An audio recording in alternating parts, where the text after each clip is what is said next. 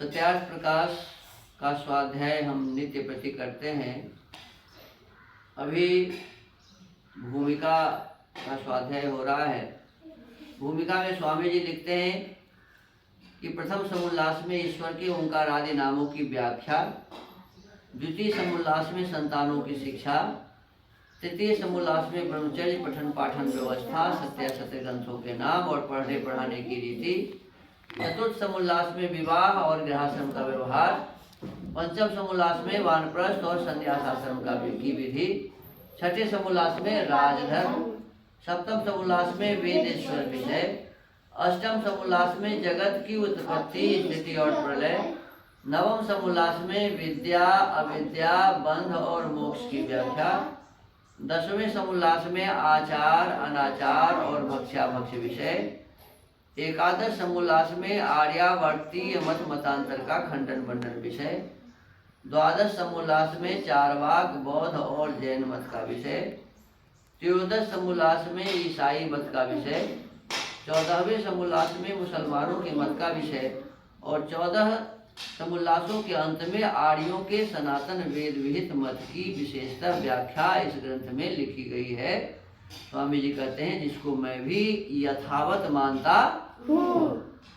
कल हम सबने इसमें स्वाध्याय किया था कि मनुष्य किसे कहते हैं और मनुष्य का क्या कर्तव्य है और जो मनुष्य के कर्तव्य से बाहर है उसे क्या कहते हैं। तो इसमें कहा गया कि जब मनुष्य शरीर पाके यदि किसी निर्बल को हम सताते हैं, निर्बल को दुख देते हैं, परेशान करते हैं, तो कहते हैं कि ये तो पशु का काम है कि जिसके पास ताकत है वह ताकतवर पशु अपने से कमजोर पशुओं पर हमला करता है, उसको दबाता है, तो ये तो पशुओं का काम है। लेकिन हमारा क्या काम होना चाहिए? तो बलवान होकर निर्बलों की रक्षा करना। हम यदि मनुष्य हैं तो क्या हमारा काम होना चाहिए? निर्बलों की रक्षा करना। जो कमजोर है उसे सबल बनाना, जो अविद्वान है उसे विद्वान बनाना, जो गिरे हुए हैं उनको उठाना, ये हमारा कर्तव्य होना चाहिए। तो बलवान होकर निर्बलों की रक्षा करता है वही मनुष्य कहता है। बलवान होकर जो निर्बलों की रक्षा करता है वही क्या कहता है? मनुष्य कहता है। और जो स्वार्थवश माने अपनी स्वार्थ की पूर्ति के लिए मुझे भोजन मिले, मुझे कपड़ा मिले, मेरे बच्चे अच्छे हों, ऐसे भाव से जो केवल अपने ही बच्चों का, अपने ही परिवार का, अपने ही जीवन का ध्यान रखता है, दूसरों का नहीं ध्यान रखता है, दूसरों की हानि करता है, कहते स्वार्थवश होकर पर हानि मात्र करता रहता है, वह जानो पशुओं का भी बड़ा भाई है। मनुष्य नहीं है, वो क्या है? पशुओं का भी बड़ा भाई। जो बलवान होकर दूसरों को सताता है, दूसरों को दुख देता है, अपने स्वार्थ के लिए सब काम करता है, ऐसे व्यक्ति पशुओं का भी बड़ा भाई है। माने पशुओं से भी बड़ा पशु है, इसका ये मतलब पशुओं से भी बड़ा पशु है। अब स्वामी जी आगे कहते हैं अब आर्यावर्तियों के विषय में विशेषकर 11वें समुल्लास तक लिखा है।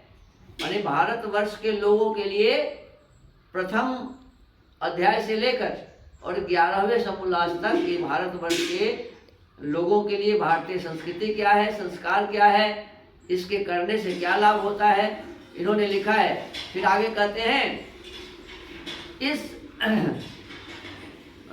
इसके आगे इन समुल्लासों में जो कि सत्य मत प्रकाशित किया है वह वेदोक्त होने से मुझको सर्वथा मंतव्य है। वेद के अनुसार जो कुछ भी लिखा गया है वो सब कहते हैं कि मैं भी मानता हूँ। और जो नवीन पुराण तंत्रादि ग्रंथोक्त बातों का खंडन किया है वे त्यक्तव्य हैं। जो कहते हैं वेद की बात तो मानते हैं लेकिन पुराण में जो लिखा गया है, तंत्र ग्रंथों में लिखा गया है, ऐसे बातों को मैं नहीं मानता हूँ जो वेद के विरुद्ध है, ये छोड़ने योग्य है। कहते यद्यपि जो 12वें समुल्लास में चारवाक का मत इस समय क्षीणात सा है, कहते हैं चारवाक का मत अब हमारे यहाँ लगभग नहीं है। और यह चारवाक बौद्ध जैन से बहुत संबंध अनिश्वरवाद आदि में रखता है। कहता है कि चारवाक बौद्ध और जैन इन सब का एक ही मत है। क्या?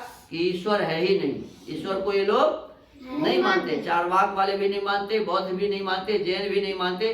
तो जैन और बौद्ध चारवाक के नजदीक है, मिले जुले हैं। यह चारवाक सबसे बड़ा नास्तिक है। चारवाक सबसे बड़ा नास्तिक है। उसकी चेष्टा का रोकना अवश्य है। कहते हैं वह नास्तिक जिस प्रकार से समाज को अव्यवस्थित कर रहा है, इसलिए इसके अव्यवस्था को रोकना जरूरी है। क्योंकि जो मिथ्या बात न रोकी जाए, झूठ बात को न रोका जाए, गलत बातों को न रोकी जाए तो संसार में बहुत से अनर्थ प्रवृत्त हो जाए। गलत बात होता रहे, हम देखते रहे तो क्या होगा? धीरे धीरे गलत बात बहुत हो जाएगा। इसलिए हम आपका क्या कर्तव्य बनता है कि जो अच्छाई है, अच्छी बातें हैं उसको बढ़ाएं, अच्छी बातों को बढ़ाएं, और जो कहीं बुरी बातें हो रही हैं, गलत बातें हो रही है तो उसका विरोध करें, उसको खत्म करने का प्रयास करें। जिस प्रकार से वो समाप्त हो जाए ये प्रयास करना चाहिए। तो यही बात कहते हैं कि यदि बुरे बातों को रोकी न जाए तो संसार में क्या होगा? अनर्थ हो जाएगा, सारे जगह अव्यवस्थाएं उत्पन्न हो जाएंगी। तो आज के इस स्वाध्याय के क्रम को यहीं विराम देते हैं। आज हमने पढ़ा है कि अच्छाई को बढ़ाना चाहिए और बुराई को मिटाना चाहिए, अन्यथा हमारे समाज अव्यवस्थित हो जाएगा। तो इसी के साथ आज के स्वाध्याय के क्रम को विराम देते हैं। ओम।